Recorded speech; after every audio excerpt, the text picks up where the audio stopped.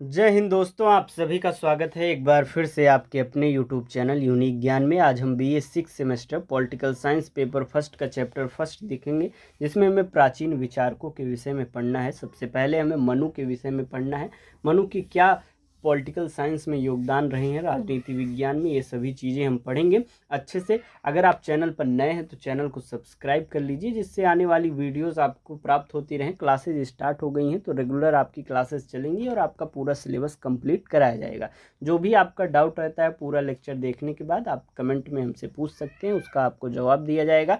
बाकी जो भी नोटिफिकेशंस हैं आपकी यूनिवर्सिटी से रिलेटेड, क्लासेस से रिलेटेड, आपको टेलीग्राम चैनल पर शेयर कर दी जाती है। टेलीग्राम चैनल आप ज्वाइन कर सकते हैं। चलिए देखते हैं मनु के विषय में। सबसे पहले मनु के जीवन परिचय को हम जानते हैं। मनु के जीवन काल के बारे में विद्वानों में मतभेद है, अर्थात उनकी जीवन के विषय में पूरा कंफर्म नहीं है। कोई भी विद्वान, अलग अलग लोगों के, अलग अलग विद्वानों के अलग अलग मत हैं। पौराणिक कथाओं के अनुसार मनु को मानव जाति का जनक और प्रथम विधिवेता माना जाता है, और यह माना जाता है कि जब पृथ्वी जलमग्न हो गई थी तब मनु ने संगठित समाज और व्यवस्था की आवश्यकता पर बल दिया हुआ था। अर्थात जब मानव जाति नहीं थी, एक प्रकार से उनका जनक इन्हें माना जाता है। जब पृथ्वी जलमग्न हो गई थी, ऐसा माना जाता है कि जब जलमग्न हो गई थी तब मनु ने ही संगठित किया हुआ था।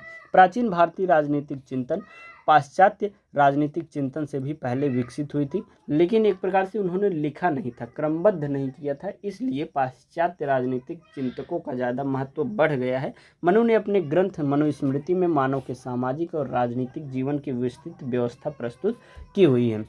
मनु के अनुसार हम राज्य की उत्पत्ति को पढ़ें तो उन्होंने कहा है, प्रारंभिक अवस्था में न कोई राज्य था न कोई राजा था। इसके कारण समाज में अराजकता और अशांति फैल गई थी। तब ईश्वर ने समाज की रक्षा के लिए राजा की स्थापना की हुई थी। अर्थात जब समाज की उत्पत्ति, राज्य की उत्पत्ति हो रही थी, या एक प्रकार से प्रारंभिक जो अवस्था थी, उस समय न कोई राज्य था, अर्थात सभी एक समान थे। कोई, जैसे अभी क्षेत्र बट गए हैं, आप समझ लीजिए, आपका एक गांव एग्जांपल ले लीजिए, गांव गांव बट गए हैं, तो ऐसा कुछ भी बटा हुआ नहीं था, सब एक समान थे। न कोई एक राज्य था, न कोई राजा था कहीं का।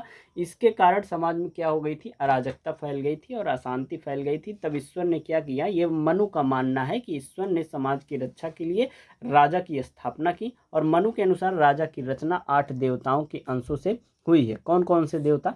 इंद्र, वायु, यम, सूर्य, अग्नि, वरुण, चंद्र, कुबेर, ये 8 देवताओं से मिलकर राज्य की उत्पत्ति हुई है, और इसीलिए राजा को दैवी गुणों से युक्त माना जाता है। राजा की उत्पत्ति 8 देवताओं से मिलकर हुई है, मनु ने ऐसा माना है। कौन कौन से देवता हैं आपने देखा, इंद्र, वायु, यम, सूर्य, अग्नि, वरुण, चंद्र, कुबेर, ये 8 देवताएं हैं जिनसे मिलकर राजा की उत्पत्ति मनु ने माना हुआ है, और इसीलिए राजा को दैवी गुणों से युक्त मनु ने माना हुआ है, उनका कहना है ऐसा। संप्रभुता का आधार उस समय क्या था, यह बताते हैं कि धर्म और दंड। मनु के अनुसार राज्य की शक्ति 2 आधारों पर टिकी हुई थी। पहला क्या था, धर्म। धर्म, राजा को धर्म के अनुसार शासन करना चाहिए, उनका कहना था। धर्म समाज की नैतिक व्यवस्था को बनाए रखता है, और दंड व्यवस्था जो थी, दंड व्यवस्था से समाज में अनुशासन बना रहता है। राजा दंड का स्वामी नहीं, बल्कि धर्म के अनुसार उसका प्रयोग करने वाला होता है। अर्थात कोई भी राजा हो, किसी को भी दंड नहीं दे सकता है। धर्म के अनुसार जो गलत होगा उसको दंड दिया जाना चाहिए, क्योंकि दंड नहीं देंगे तो अनुशासन जो है भंग हो जाएगी, अनुशासन नहीं बनी रहेगी। ऐसा किसका मानना है, मनु का मानना है। उन्होंने धर्म और दंड को संप्रभुता का आधार बताया हुआ है, अर्थात राज्य की जो शक्ति है उसको 2 आधारों में, इन 2 आधारों में व्यक्त किया हुआ है। आगे हम देखें, राज्य के सप्तांग सिद्धांत मनु ने बताए हुए हैं। मनु ने राज्य को 7 अंगों में से मिलकर बनाया हुआ है। कौन कौन सा? सबसे पहला है स्वामी, जो कि राजा होता है, राज्य का प्रमुख। दूसरा मंत्री, शासन में सहायता करने वाला। तीसरा सुरक्षित राजधानी अर्थात पुर। चौथा है राज्य, जनपद, क्षेत्र और जनता। पांचवा है कोष, राज्य की आर्थिक शक्ति। दंड या सेना, सुरक्षा के लिए सेना। मित्र, अन्य राज्यों से मैत्रीपूर्ण संबंध। ये कुल मिलाकर 7 अंग बनाए हुए हैं राज्य के। किसने? मनु ने, और इसी को सप्तांग सिद्धांत माना हुआ है। स्वामी, मंत्री, पुर, राज्य, कोष, दंड, मित्र, ये 7 अंग हैं। राज्य के कार्य की बात करें तो मनु के अनुसार राज्य के प्रमुख कार्य कौन कौन से हैं? सबसे पहला प्रजा की रक्षा करना। दूसरा है लोक कल्याण करना। तीसरा है न्याय की व्यवस्था करना। अर्थव्यवस्था का नियंत्रण, सामाजिक व्यवस्था बनाए रखना, शिक्षा की व्यवस्था करना, विदेशी नीति और कूटनीति और प्रशासन का संचालन, ये सभी जो हैं राज्य के कार्य हैं। सबसे पहली बात तो सही है कि प्रजा की रक्षा करना, दूसरा लोक कल्याण का कार्य करना। इनमें से बहुत सी चीज़ें अब के भी समय में आपको देखने को मिल रही होंगी कि एक सरकार जो है उसकी क्या क्या कर्तव्य या कार्य बन जाते हैं। सबसे पहला प्रजा की रक्षा करना, लोक कल्याण कार्य करना, न्याय की व्यवस्था करना, अर्थव्यवस्था का नियंत्रण, सामाजिक व्यवस्था बनाए रखना, शिक्षा की व्यवस्था करना, विदेश नीति और कूटनीति, प्रशासन का संचालन करना जो है वह राजा के कार्य होते हैं, राज्य के कार्य होते हैं। राजा के आवश्यक गुणों की बात करें तो सबसे प्रमुख गुणों में आता है विनयशीलता। विनम्र राजा ही प्रतिष्ठा और ऐश्वर्य प्राप्त करता है। दूसरा है जितेंद्रिय, राजा जो हो वह जीतने की इच्छा रखने वाला हो, अर्थात राजा को अपनी इंद्रियों पर नियंत्रण किए रखना चाहिए, अर्थात अपने इंद्रियों पर वह विजय पा चुका हो, ऐसा राजा होना चाहिए। ये दूसरा गुण है। पहला क्या है? विनयशीलता, दूसरा जितेंद्रिय, तीसरा है काम से उत्पन्न 10 दुर्गुणों से बचना चाहिए। कौन कौन से? शिकार, जुआ, दिन में सोना, काम कथा, पर निंदा, स्त्रियों से अत्यधिक आसक्ति, मद्यपान अर्थात मदिरापान या नशे पान की चीज़ें, नाच गान में आसक्ति, मनोरंजन को अत्यधिक इच्छा, बिना उद्देश्य घूमना, इन सभी दुर्गुणों से राजा को बचना चाहिए। चौथा है क्रोध से उत्पन्न 8 दुर्गुणों से बचना चाहिए। सबसे पहला चुगली नहीं करना चाहिए, दूसरा व्यभिचार, द्रोह नहीं करना चाहिए, किसी से ईर्ष्या नहीं करना चाहिए, असहिष्णुता नहीं होनी चाहिए, धन का अपहरण, कठोर वचन, बिना अपराध दंड नहीं देना चाहिए। मान लीजिए कोई राजा किसी से क्रोधित हो गया तो उसे बिना अपराध दंड दे दे, ऐसा नहीं होना चाहिए। इन दुर्गुणों से उसे बचना चाहिए। कुछ अन्य भी गुण हैं जैसे कि सूरवीरता होनी चाहिए, चातुर्य होना चाहिए, निर्णय क्षमता होनी चाहिए, न्यायप्रियता होनी चाहिए और दानशीलता होनी चाहिए। ये सभी राज्य के एक प्रकार से गुण होते हैं। राजा के कर्तव्य की बात करें तो मनु के अनुसार राजा के प्रमुख कर्तव्य राज्य की सुरक्षा करना, न्यायपूर्वक कर वसूल करना, शत्रुओं से रक्षा करना, प्रशासन का संचालन करना, अधिकारियों की नियुक्ति और निरीक्षण करना, गुप्तचरों से जानकारी प्राप्त करना, सेना को सदैव तैयार रखना, प्रजा के साथ पिता समान व्यवहार करना, ये सभी जो है राजा के कर्तव्य होते हैं। राज्य के कर्तव्य, राज्य के कार्य आपने देखे, राजा के कर्तव्य भी आपने देख लीजिए। क्या क्या चीज़ें मनु ने बताई? सबसे पहले राज्य की उत्पत्ति बताई उन्होंने, जो उसके बाद राजा के गुण, राज्य के कार्य, राज्य के गुण, ये सभी चीज़ें आपने देख ली हैं। अब हम पढ़ेंगे, उन्होंने मंत्री परिषद की भी व्याख्या की हुई थी। मनु ने मंत्री परिषद को बहुत महत्वपूर्ण माना था, क्योंकि उनका मानना था कि कोई भी राजा हो अकेले शासन नहीं कर सकता है। एक राज्य में बहुत सारे कार्य रहते हैं, एक कोई व्यक्ति या राजा उसको नहीं कर सकता है, इसलिए योग्य मंत्रियों की नियुक्ति जो है आवश्यक है। मंत्री कुलीन, विद्वान, शूरवीर और बुद्धिहीन होने चाहिए, बुद्धिमान होने चाहिए। देखिए यहाँ पर हो गया, जैसे जो राजा कुलीन होगा अर्थात जिसके पास धन धान्य होगा वह ज़्यादा लोभ में नहीं पड़ेगा, विद्वान होगा, शूरवीर होगा, बुद्धिमान होगा, ऐसे लोग सलाह भी अच्छे देंगे, किसी भी कार्य पर निर्णय अच्छा वह लेंगे।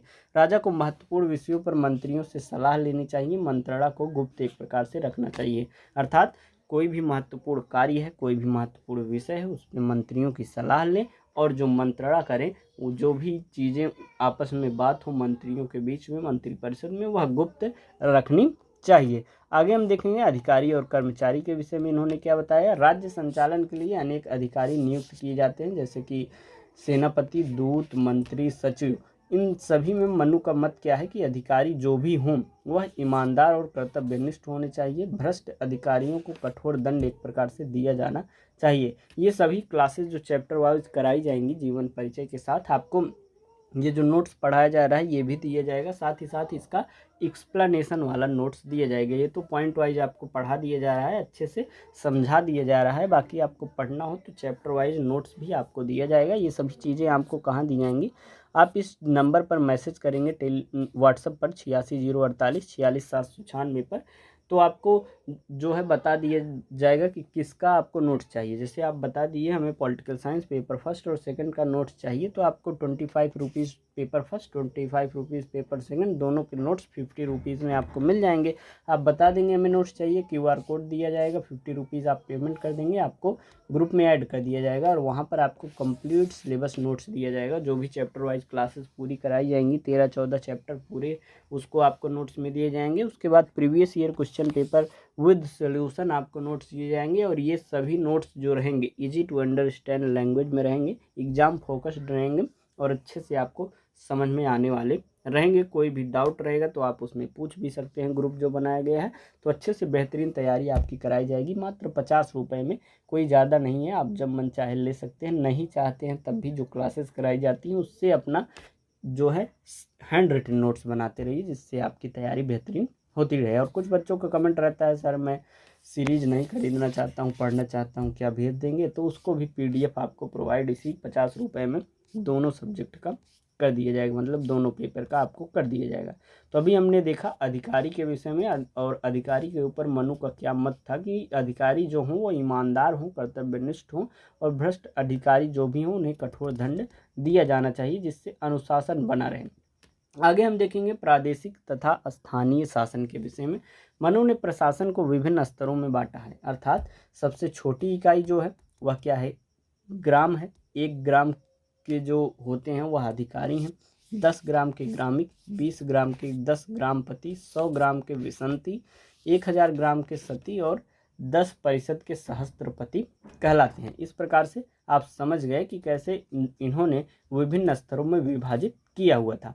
मनुस्मृति में परिषद का उल्लेख भी मिलता है और उनकी विशेषताएं क्या है कि इसमें विद्वानों की सभा लगती है, 3 से 10 सदस्य इसमें होते हैं, 3 वेदों के ज्ञाता बैठते हैं, कानून बनाने में ये लोग जो है सहायता करते हैं। राजा निरंकुश नहीं होना चाहिए इनका कहना था। मनु ने राजा को पूर्ण निरंकुश शक्ति नहीं दी थी। राजा को नियंत्रित करने वाले तत्व कौन कौन से हैं? धर्म, दंड नीति, संस्थागत नियंत्रण। अतः मनु के अनुसार राजा को धर्म और न्याय के अधीन रहकर शासन करना चाहिए। निष्कर्ष रूप में हम कह सकते हैं कि राजा का राजनीतिक चिंतन भारतीय राजनीतिक परंपरा का महत्वपूर्ण आधार है। उन्होंने राज्य, राजा, प्रशासन और समाज की एक व्यवस्थित संरचना प्रस्तुत की। उनके विचारों में धर्म, नैतिकता और सामाजिक व्यवस्था को विशेष महत्व एक प्रकार से दिया गया है। इस प्रकार से आपका यह फर्स्ट चैप्टर खत्म हुआ। जो भी आपका डाउट हो तो कमेंट में आप पूछ सकते हैं। जैसे हमने मनु के विषय में पढ़ा, जीवन परिचय देखा, मनु को एक प्रकार से जो यहाँ पर समाज है, राज्य है, उन सबकी उत्पत्ति का उन्होंने जो है राज्य की उत्पत्ति के सिद्धांत दिए हुए हैं और लगभग फिर उससे मिलते जुलते उसमें सुधार करके अगले जो है प्राचीन विचारक उसको अपने राज्य के सिद्धांत को देंगे। ऐसे हम सीरियल वाइज पढ़ते जाएंगे और बेहतरीन तरीके से आपको समझ में आता जाएगा। कोई भी डाउट हो, जैसा हमने बोला कि आप कमेंट में पूछ सकते हैं और ये नोट्स प्राप्त करने के लिए आप उस नंबर पर मैसेज कीजिए, आपको नोट्स भी मिल जाएंगे, बेहतरीन तैयारी कराई जाएगी। कोई और सब्जेक्ट की क्लास आपको चाहिए तो वह भी आपको दे दी जाएगी। जैसा सिलेबस आप अगर नहीं जानते हैं तो सिलेबस टेलीग्राम चैनल पर अपलोड कर दिया गया है। टेलीग्राम चैनल का लिंक डिस्क्रिप्शन बॉक्स में है, वहाँ से ज्वाइन कर लीजिए और वहाँ से सिलेबस अपना नोट्स कर सकते हैं। या प्लेलिस्ट आप चेक करिए, चैनल पर अपडेट कर दी गई है। प्लेलिस्ट में आपको सबसे पहले सिलेबस देखने को मिलेगा और रेगुलर जो क्लासेस अब कराई जा रही हैं वो क्लासेस अब मिलती रहेंगी आपको। ठीक है, चैनल पर बने रहिए। मिलते हैं नेक्स्ट वीडियो में। अपने दोस्तों के पास भी शेयर कर दीजिए जिससे उनको भी क्लासेस मिल सके, लाभ मिल सके।